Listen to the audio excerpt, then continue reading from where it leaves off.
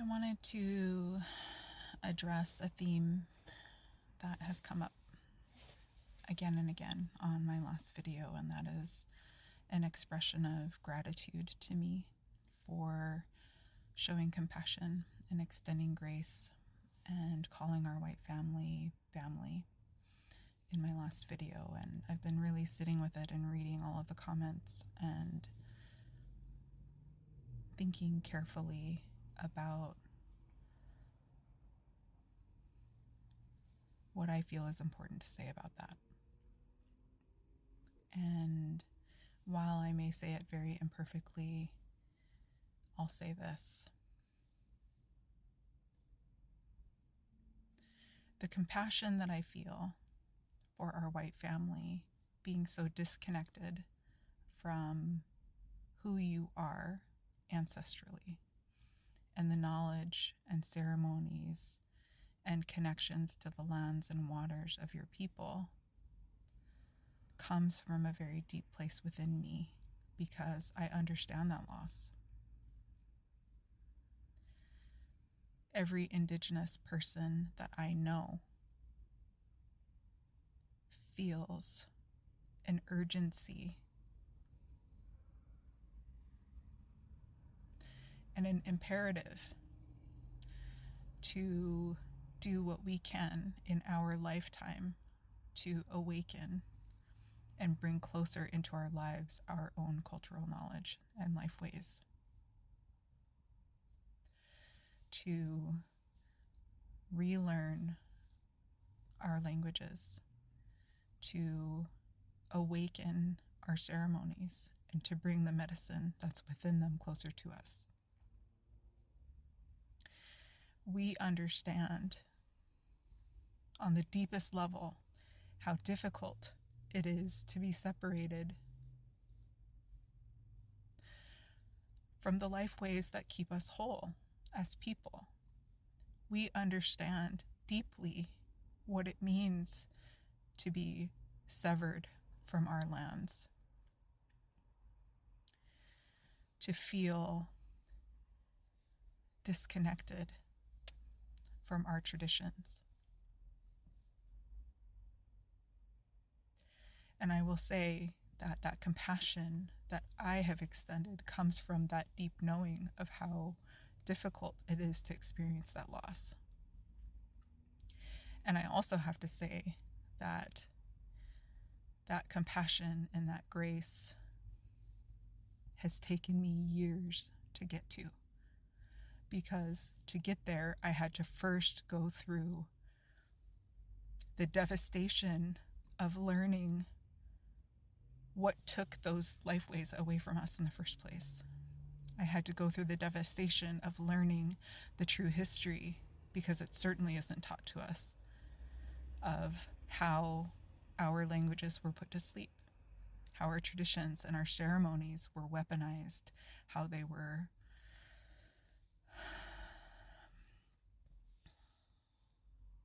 violently taken from us through law and policy of this country. As an Indigenous person, in order for us to truly be able to serve our people, we have to go through a process of understanding colonization and what it has done to us.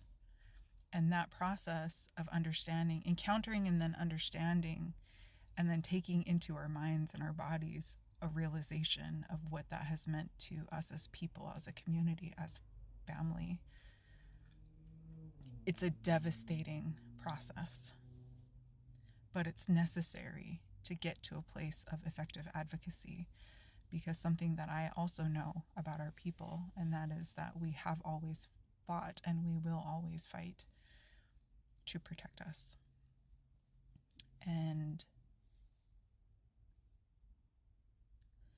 it's taken me moving through all of those processes and all of those stages of confusion and devastation and outrage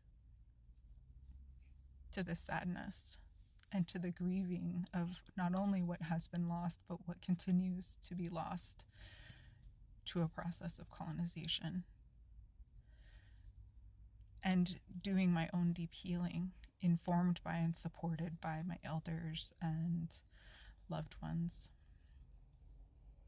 that have supported me through that process and regrowing my understanding of these things, to get to a place of being open to how could a people do that to us? What had to have happened to them to be so far removed from their own humanity that they would try and separate us from ours? And it's through that process that I've been able to finally come to a place of compassion for what our white family has lost. A lot of our people, Indigenous people and peoples of color, are not there yet, and righteously so. They're not there yet. They may never be there. They don't have to be there, because we have viscerally experienced how this country has dealt with us and continues to deal with us. And so I choose to move about this world to the degree that I can, and I do it imperfectly, but I try to move about this world from a place of believing that all people love Indigenous people. There's just a lot of people who don't know it yet. And that doing what we can to help people wake up not only to their own humanity, but also to our shared humanity, is the medicine that we need in this world. And we have a lot of work to do between now and then. But I just wanted to, I guess, take a few minutes to express that, because it's not enough to just take in that our white family needs to reconnect to who they are. That's an important step. It's also really important to understanding how your disconnection from who you are has been a price that not only you have paid, but that we have collectively paid and are continuing to pay for. And that this is really important shared work for us to be doing.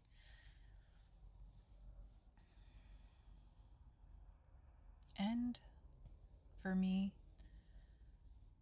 I feel really lucky every day to have been born Inuk, to be Inupiaq and Yupik. I'm also white.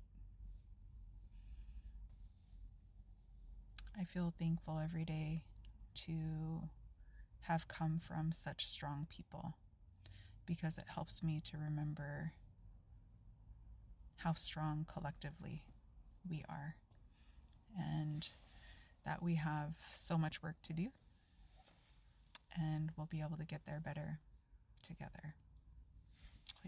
For listening.